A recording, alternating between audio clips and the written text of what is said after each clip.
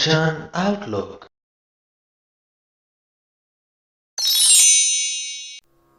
ਆਸਾ ਮਹਿਲਾ ਪਹਿਲਾ ਇੱਕ ਤੁਕੀ।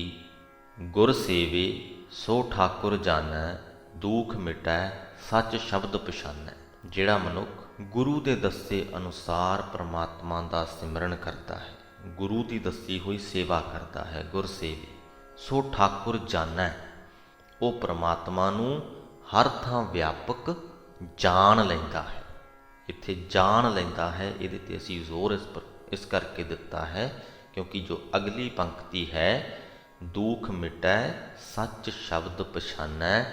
ਜਦੋਂ ਅਸੀਂ ਪ੍ਰਮਾਤਮਾ ਨੂੰ ਹਰ ਥਾਂ ਵਿਆਪਕ ਜਾਣ ਲਿਆ, ਫਿਰ ਗੁਰੂ ਦੇ ਸ਼ਬਦ ਦੇ ਰਾਹੀਂ ਅਸੀਂ ਪ੍ਰਮਾਤਮਾ ਨੂੰ ਹਰ ਥਾਂ ਪਛਾਨਣਾ ਵੀ ਹੈ। ਜਾਣ ਲੈਣ ਤੋਂ ਭਾਵ ਹੈ ਕਿ ਅਸੀਂ ਮੰਨ ਲਿਆ ਕਿ ਪ੍ਰਮਾਤਮਾ ਹਰ ਥਾਂ ਮੌਜੂਦ ਹੈ, ਪਰ ਅਸੀਂ ਵੇਖਿਆ ਨਹੀਂ। ਅਸੀਂ ਇਹ ਮੰਨ ਕੇ ਤੇ ਚੱਲਦੇ ਹਾਂ ਕਿ ਪ੍ਰਮਾਤਮਾ ਹਰ ਥਾਂ ਮੌਜੂਦ ਹੈ, ਪਰ ਵੇਖ ਨਹੀਂ ਪਾਈ। ਫਿਰ ਅਸੀਂ ਗੁਰੂ ਦੇ ਸ਼ਬਦ ਵਿੱਚ ਜੁੜੇ, ਅਸੀਂ ਹਰ ਵਰਤਾਰੇ ਦੇ ਵਿੱਚ ਪ੍ਰਮਾਤਮਾ ਨੂੰ ਵੇਖਣਾ ਸ਼ੁਰੂ ਕੀਤਾ, ਹਰ ਵਰਤਾਰੇ ਦੇ ਵਿੱਚ ਉਹਦੀ ਰਜ਼ਾ ਨੂੰ ਜਾਣਨਾ ਸ਼ੁਰੂ ਕੀਤਾ। ਅਸੀਂ ਵਗਦੀਆਂ ਹਵਾਵਾਂ 'ਚ ਤੇ ਚੱਲਦੇ ਸਾਹਾਂ 'ਚ ਉਸ ਪ੍ਰਮਾਤਮਾ ਨੂੰ ਮਹਿਸੂਸ ਕਰਨਾ ਸ਼ੁਰੂ ਕੀਤਾ। ਜਦੋਂ ਇਹ ਕਰ ਲਿਆ ਤਾਂ ਅਸੀਂ ਕਹਿ ਸਕਦੇ ਹਾਂ ਕਿ ਅਸੀਂ ਪ੍ਰਮਾਤਮਾ ਨੂੰ ਹੁਣ ਪਛਾਣ ਵੀ ਲਿਆ। ਅਸੀਂ ਇਹ ਜਾਣਦੇ ਵੀ ਹਾਂ ਕਿ ਹਰ ਥਾਂ ਮੌਜੂਦ ਹੈ ਅਤੇ ਅਸੀਂ ਇਹ ਪਛਾਣਦੇ ਵੀ ਹਾਂ। ਅਸੀਂ ਹਰ ਵਰਤਾਰੇ, ਹਰ ਸਥਿਤੀ ਦੇ ਵਿੱਚ ਦੇਖ ਕੇ ਦੱਸ ਸਕਦੇ ਹਾਂ ਕਿ ਹਾਂ ਭਾਈ, ਇਹ ਪ੍ਰਮਾਤਮਾ ਹੈ, ਇਹ ਪ੍ਰਮਾਤਮਾ ਦੀ ਰਜ਼ਾ ਹੈ। ਸੋ ਗੁਰ ਸੇਵੇ ਸੋ ਠਾਕੁਰ ਜਾਣੈ, ਦੁਖ ਮਿਟੈ ਸੱਚ ਸ਼ਬਦ ਪਛਾਨੈ। ਗੁਰੂ ਦੀ ਦੱਸੀ ਸੇਵਾ ਕਰਕੇ ਅਸੀਂ ਉਸ ਪ੍ਰਮਾਤਮਾ ਨੂੰ ਹਰ ਥਾਂ ਵਿਆਪਕ ਜਾਣ ਲਿਆ। ਗੁਰੂ ਦੇ ਸ਼ਬਦਾਂ ਦੇ ਵਿੱਚ ਆਪਣੀ ਸੁਰਤ ਜੋੜ ਕੇ ਉਸ ਪ੍ਰਮਾਤਮਾ ਨੂੰ ਹਰ ਥਾਂ ਪਛਾਣ ਲਿਆ। ਅਤੇ ਜਦੋਂ ਇਹ ਹੋ ਜਾਏ, ਦੁੱਖ ਮਿਟੇ, ਸਾਡੇ ਦੁੱਖ ਮਿਟ ਜਾਂਦੇ ਨੇ।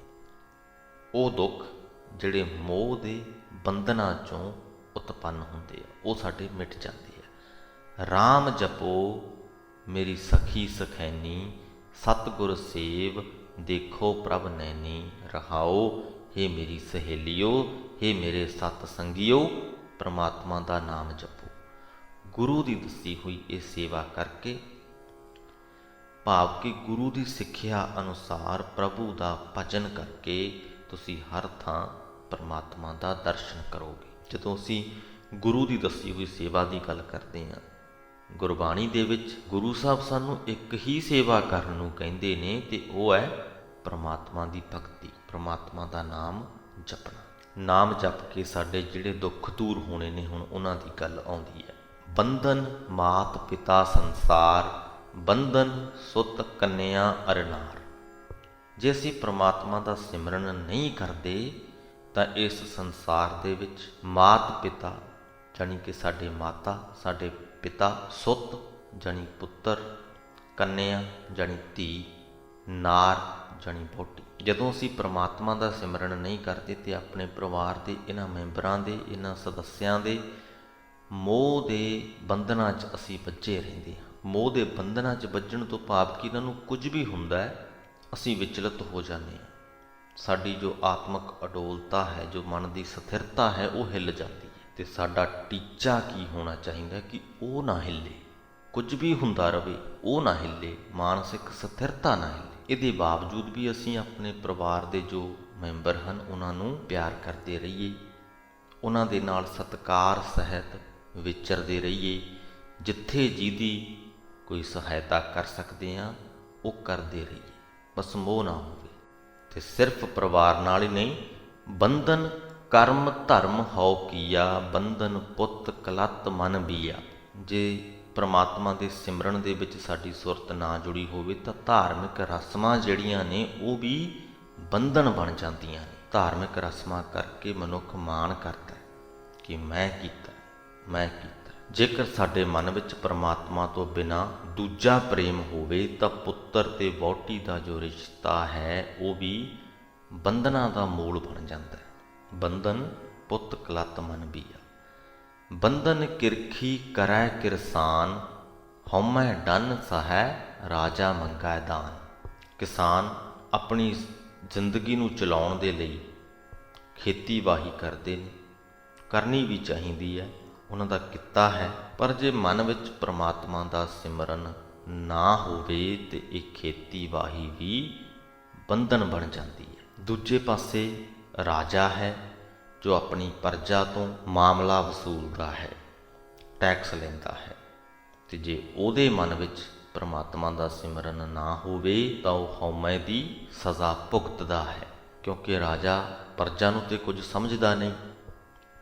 ਪ੍ਰਜਾ ਦੇ ਵਿੱਚੋਂ ਜੇਕਰ ਕੋਈ ਉਹ ਮਾਮਲਾ ਦੇਣ ਤੋਂ ਅਸਮਰੱਥ ਹੋਵੇ ਤੇ ਰਾਜੇ ਦੀ ਹਉਮੈ ਨੂੰ ਠੇਸ ਪਹੁੰਚਦੀ ਹੈ ਕਿ ਇਹ ਮਾਮਲਾ ਤਾਂ ਮੇਰਾ ਬਣਦਾ ਹੈ ਤੇ ਮੈਨੂੰ ਦੇ। ਜੇ ਉਹ ਨਹੀਂ ਦੇ ਪਾਉਂਦਾ ਤਾਂ ਰਾਜੇ ਦੀ ਮੈਂ ਨੂੰ ਠੇਸ ਪਹੁੰਚਦੀ ਹੈ, ਉਹਦੀ ਹਉਮੈ ਨੂੰ ਠੇਸ ਪਹੁੰਚਦੀ ਹੈ ਤੇ ਉਹ ਦੁਖੀ ਹੁੰਦਾ ਹੈ, ਵਿਚਲਿਤ ਹੋ ਜਾਂਦਾ ਹੈ। ਤੇ ਸਭ ਤੋਂ ਵੱਡੀ ਤਰਾਸਦੀ ਇਹ ਹੈ ਕਿ ਉਸ ਇੱਕ ਇਨਸਾਨ 'ਤੇ ਮਾਮਲਾ ਨਾ ਦੇਣ ਦੇ ਕਾਰਨ ਉਹ ਰਾਜਾ ਕੋਈ ਭੁੱਖਾ ਨਹੀਂ ਮਰ ਚੱਲਿਆ, ਪਰ ਫਿਰ ਵੀ ਉਹ ਵਿਚਲਿਤ ਹੋ ਜਾਂਦਾ, ਉਹਦੀ ਹਉਮੈ ਕਾਰਨ ਬਣਦੀ ਹੈ ਇਸ ਸਜ਼ਾ ਦਾ। ਬੰਧਨ ਸੌਦਾ ਅਣਵਿਚਾਰੀ, ਤਿਪਤ ਨਾਹੀ ਮਾਇਆ ਮੋਹ ਪਸਾਰੀ। ਵਪਾਰੀ ਜੋ ਹੈ ਉਹ ਵਪਾਰ ਕਰਦਾ ਹੈ ਤੇ ਪ੍ਰਭੂ ਦੇ ਨਾਮ ਸਿਮਰਨ ਤੋਂ ਬਿਨਾਂ ਇਹ ਵਪਾਰ ਵੀ ਬੰਧਨਾਂ ਦਾ ਮੂਲ ਹੈ। ਸਿਮਰਨ ਤੋਂ ਬਿਨਾਂ ਕਿਉਂਕਿ ਮਨੁੱਖ ਮਾਇਆ ਦੇ ਮੋਹ ਦੇ ਖਲਾਰੇ 'ਚ ਫਸਿਆ ਰਹਿੰਦਾ, ਇੰਨਾ ਫਸਿਆ ਰਹਿੰਦਾ ਕਿ ਕਦੇ ਰਜਦਾ ਹੀ ਨਹੀਂ। ਵਪਾਰੀ ਦਾ ਕੋਈ ਛੋਟਾ ਜਿਹਾ ਵੀ ਨੁਕਸਾਨ ਹੋ ਜਾਏ ਉਹਦੇ ਨਾਲ ਹੀ ਉਹ ਵਿਚਲਿਤ ਹੋ ਜਾਂਦਾ ਹੈ। ਇਸੇ ਕਰਕੇ ਉਹਦਾ ਵਪਾਰ ਵੀ ਬੰਧਨ ਹੈ। ਬੰਧਨ ਸ਼ਾਹ ਸੰਚਾ ਧਨ ਜਾਏ, ਬਿਨ ਹਰ ਭਗਤ ਨਾ ਪਵਈ ਥਾਏ। ਸ਼ਾਹ ਸੌਦਾਗਰ ਹੈ, ਸੌਦਾਗਰੀ ਕਰਦਾ ਹੈ, ਧਨ ਇਕੱਠਾ ਕਰਦਾ ਹੈ ਤੇ ਫਿਰ ਉਸ ਧਨ ਨੂੰ ਇੱਥੇ ਛੱਡ ਕੇ ਚਲਿਆ ਵੀ ਜਾਂਦਾ ਹੈ। ਨਾਮ ਸਿਮਰਨ ਤੋਂ ਬਿਨਾਂ ਉਹਦਾ ਇਹ ਧਨ ਵੀ ਉਹਦੇ ਲਈ ਬੰਧਨ ਬਣ ਜਾਂਦਾ ਹੈ। ਪਰਮਾਤਮਾ ਦੀ ਭਗਤੀ ਤੋਂ ਬਿਨਾਂ ਉਹਨਾਂ ਦਾ ਕੋਈ ਵੀ ਉੱਦਮ ਪਰਮਾਤਮਾ ਦੀਆਂ ਨਜ਼ਰਾਂ ਦੇ ਵਿੱਚ ਪ੍ਰਵਾਨ ਨਹੀਂ ਹੁੰਦਾ, ਤੇ ਪ੍ਰਵਾਨ ਨਾ ਹੋਣ ਦਾ ਕਾਰਨ ਹੀ ਹੈ ਕਿ ਉਹ ਬੰਧਨਾਂ ਦੇ ਵਿੱਚ ਫਸੇ ਰਹਿੰਦੇ ਨੇ, ਕਿ ਉਹ ਆਤਮਿਕ ਅਡੋਲਤਾ ਜੋ ਹੈ ਉਹਨੂੰ ਹਾਸਲ ਕਰ ਨਹੀਂ ਪਾਉਂਦੇ। ਬੰਧਨ ਵੇਦ ਬਾਦ ਅਹੰਕਾਰ, ਬੰਧਨ ਬਿਨਸੈ ਮੋਹ ਵਿਕਾਰ। ਸਿਮਰਨ ਤੋਂ ਬਿਨਾਂ ਵੇਦ ਪਾਠ, ਵੇਦ ਰਚਨਾ ਇਹ ਵੀ ਹੰਕਾਰ ਦਾ ਮੂਲ ਹਨ, ਬੰਧਨਾਂ ਦਾ ਮੂਲ ਹਨ। ਮੋਹ ਦੇ ਬੰਧਨਾਂ 'ਚ, ਵਿਕਾਰਾਂ ਦੇ ਬੰਧਨਾਂ ਦੇ ਵਿੱਚ ਫਸ ਕੇ ਮਨੁੱਖ ਦੀ ਆਤਮਿਕ ਮੌਤ ਹੋ ਜਾਂਦੀ ਹੈ। ਤੇ ਸਾਡਾ ਟੀਚਾ ਹੈ ਆਤਮਿਕ ਅਡੋਲਤਾ ਨੂੰ ਹਾਸਲ ਕਰਨਾ, ਤੇ ਇਹ ਅਡੋਲਤਾ ਪ੍ਰਮਾਤਮਾ ਦੇ ਨਾਮ ਦਾ ਸਹਾਰਾ ਲੈ ਕੇ ਹੀ ਮਿਲਦੀ ਹੈ। ਨਾਨਕ ਰਾਮ ਨਾਮ ਸ਼ਰਨਾਈ, ਸਤਿਗੁਰ ਰਾਖੇ ਬੰਧ ਨਾ ਪਾਈ। ਇਹ ਨਾਨਕ, ਜਿਹੜੇ ਮਨੁੱਖ ਦੁਨੀਆ ਦੀ ਹਰੇਕ ਕਿਸਮ ਦੀ ਕਿਰਤਕਾਰ ਕਰਦੇ ਹੋਏ ਪ੍ਰਮਾਤਮਾ ਦੇ ਨਾਮ ਦਾ ਆਸਰਾ ਲੈਂਦੇ ਹਨ। ਮਹੱਤਵਪੂਰਨ ਗੱਲ ਇਸ ਪੰਕਤੀ ਦੇ ਵਿੱਚ ਇਹ ਹੈ ਕਿ ਗੁਰੂ ਸਾਹਿਬ ਇਹ ਨਹੀਂ ਕਹਿ ਰਹੇ ਕਿ ਤੁਸੀਂ ਸਾਰੀ ਕਿਰਤਕਾਰ ਛੱਡ ਕੇ ਤੇ ਪ੍ਰਮਾਤਮਾ ਦੀ ਭਗਤੀ ਕਰਨ ਲੱਗ ਜਾਓ, ਸਮਾਧੀਆਂ ਲਾ ਕੇ ਬੈਠ ਜਾਓ। ਨਹੀਂ, ਆਪਣੀ ਕਿਰਤਕਾਰ ਕਰੋ, ਕਰਦੇ ਰਹੋ, ਪਰ ਮੋਹ ਦੇ ਬੰਧਨ ਤੋਂ ਬਚੋ। ਉਸ ਕਿਰਤਕਾਰ ਦੇ ਮੋਹ ਵਿੱਚ ਇੰਨਾ ਨਾ ਫਸ ਜਾਵੋ ਕਿ ਜੇ ਕਿਸੇ ਵੀ ਕਾਰਨ ਕਰਕੇ ਤੁਸੀਂ ਉਹ ਕਿਰਤਕਾਰ ਨਾ ਕਰ ਪਾਓ, ਜਾਂ ਉਸ ਕੀਤੀ ਹੋਈ ਕਿਰਤ ਦਾ, ਕੀਤੀ ਹੋਈ ਮਿਹਨਤ ਦਾ ਉਹ ਨਤੀਜਾ ਨਾ ਮਿਲੇ ਜੋ ਤੁਸੀਂ ਸੋਚਿਆ ਸੀ, ਤਾਂ ਵਿਚਲਿਤ ਨਾ ਹੋਵੋ। ਤੇ ਇਹ ਜੋ ਚੀਜ਼ ਹੈ ਇਹ ਪ੍ਰਮਾਤਮਾ ਦੀ ਭਗਤੀ 'ਚੋਂ ਹੀ ਆਉਂਦੀ ਹੈ। ਜੇ ਪ੍ਰਮਾਤਮਾ ਦੇ ਨਾਲ ਸਾਡੀ ਪ੍ਰੀਤ ਜੁੜੀ ਹੋਈ ਹੈ, ਇਹ ਜੋ ਬੰਧਨ ਹੈ ਇਹਦੇ ਤੋਂ ਮੁਕਤੀ ਅਸੀਂ ਤਾਂ ਹੀ ਹਾਸਲ ਕਰ ਸਕਦੇ ਹਾਂ। ਜਿਹੜੇ ਮਨੁੱਖ ਦੁਨੀਆ ਦੀ ਹਰੇਕ ਕਿਸਮ ਦੀ ਕਿਰਤਕਾਰ ਕਰਦੇ ਹੋਏ ਪ੍ਰਮਾਤਮਾ ਦੇ ਨਾਮ ਦਾ ਆਸਰਾ ਲੈਂਦੇ ਨੇ, ਸਤਿਗੁਰੂ ਨੇ ਉਹਨਾਂ ਨੂੰ ਮੋਹ ਦੇ ਬੰਧਨਾਂ ਤੋਂ ਰੱਖ ਲਿਆ ਹੈ। ਭਾਵ ਕਿ ਉਹਨਾਂ ਨੂੰ ਕੋਈ ਬੰਧਨ ਨਹੀਂ ਪੈਂਦਾ, ਉਹ ਕਿਰਤਕਾਰ ਕਰਦੇ ਨੇ, ਨਤੀਜੇ ਜੋ ਵੀ ਆਉਣ ਉਹ ਕਿਰਤ ਕਰ ਸਕਣ ਭਾਵੇਂ ਨਾ ਕਰ ਸਕਣ, ਕੁਝ ਵੀ ਹੋਈ ਜਾਵੇ, ਉਹਨਾਂ ਦੀ ਆਤਮਿਕ ਅਡੋਲਤਾ ਹਿੱਲਦੀ ਨਹੀਂ, ਉਹ ਰਹਿੰਦੇ ਅਡੋਲ ਹੀ ਨੇ। ਸੋ ਇਸ ਦੇ ਨਾਲ ਹੀ ਸ੍ਰੀ ਗੁਰੂ ਗ੍ਰੰਥ ਸਾਹਿਬ ਜੀ ਦੇ 416ਵੇਂ ਅੰਗ ਦੀ ਬਾਣੀ ਦੀ ਵਿਆਖਿਆ ਦੀ ਸਮਾਪਤੀ ਹੁੰਦੀ ਹੈ ਜੀ। ਵੀਡੀਓ ਨੂੰ ਜੇ ਅੰਤ ਤੱਕ, ਗੁਰਬਾਣੀ ਦੀ ਵਿਆਖਿਆ ਨੂੰ ਅੰਤ ਤੱਕ ਤੁਸੀਂ ਸੁਣਿਆ ਹੈ, ਤੁਹਾਡਾ ਬਹੁਤ ਬਹੁਤ ਧੰਨਵਾਦ। ਤੇ ਉਮੀਦ ਕਰਦੇ ਹਾਂ ਜਿਹੜੀਆਂ 3 ਗੱਲਾਂ ਆਪਾਂ ਵੀਡੀਓ ਦੀ ਸ਼ੁਰੂਆਤ ਵਿੱਚ ਕਹੀਆਂ ਸਨ, ਉਹਨਾਂ ਸਾਰੀਆਂ ਦੇ ਬਾਰੇ 'ਚ ਤੁਹਾਨੂੰ ਗਿਆਨ ਦੀ ਪ੍ਰਾਪਤੀ ਹੋਈ ਹੋਏਗੀ। ਸੋਨੇ ਤੇ ਇਸਤਰੀ ਦੇ ਮੋਹ ਬਾਰੇ ਪਤਾ ਚੱਲਿਆ ਹੋਏਗਾ, ਉਹਦੇ ਨੁਕਸਾਨ ਬਾਰੇ ਪਤਾ ਚੱਲਿਆ ਹੋਏਗਾ ਕਿ ਇਹ ਜੋ ਮੋਹ ਹੈ ਸਾਡੀ ਆਤਮਿਕ ਅਡੋਲਤਾ ਨੂੰ ਠੇਸ ਪਹੁੰਚਾਉਂਦਾ, ਸਾਨੂੰ ਆਤਮਿਕ ਤੌਰ 'ਤੇ ਅਡੋਲ ਨਹੀਂ ਹੋਣ ਦਿੰਦਾ। ਤੇ ਇਸੇ ਪ੍ਰਕਾਰ ਹੀ ਅਸੀਂ ਕੋਈ ਵੀ ਕਿਰਤਕਾਰ ਕਰਦੇ ਹਾਂ, ਕਿਸੇ ਪ੍ਰਕਾਰ ਦਾ ਧਾਰਮਿਕ ਧਰਮ ਕਰਦੇ ਹਾਂ, ਉਹਦੇ ਨਾਲ ਵੀ ਜੇ ਅਸੀਂ ਮੋਹ 'ਚ ਫਸੇ ਹੋਏ ਹਾਂ, ਮੋਹ ਦੇ ਬੰਧਨ 'ਚ ਫਸੇ ਹੋਏ ਹਾਂ, ਇਹ ਵੀ ਸਾਨੂੰ ਆਤਮਿਕ ਤੌਰ ਤੇ ਅਡੋਲ ਨਹੀਂ ਹੋਣ ਦਿੰਦਾ।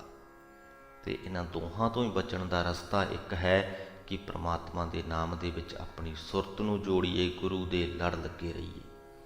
ਤੇ ਤੀਸਰੀ ਗੱਲ, ਪ੍ਰਮਾਤਮਾ ਨੂੰ ਹਰ ਥਾਂ ਵਿਆਪਕ ਮੰਨ ਲੈਣਾ ਇੱਕ ਗੱਲ ਹੈ, ਪਰ ਗੁਰੂ ਦੇ ਸ਼ਬਦ ਵਿੱਚ ਜੁੜ ਕੇ ਅਸੀਂ ਪ੍ਰਮਾਤਮਾ ਨੂੰ ਹਰ ਥਾਂ ਵਿਆਪਕ ਵੇਖਣ ਦੇ ਵੀ ਯੋਗ ਹੋ ਜਾਂਦੇ ਹਾਂ।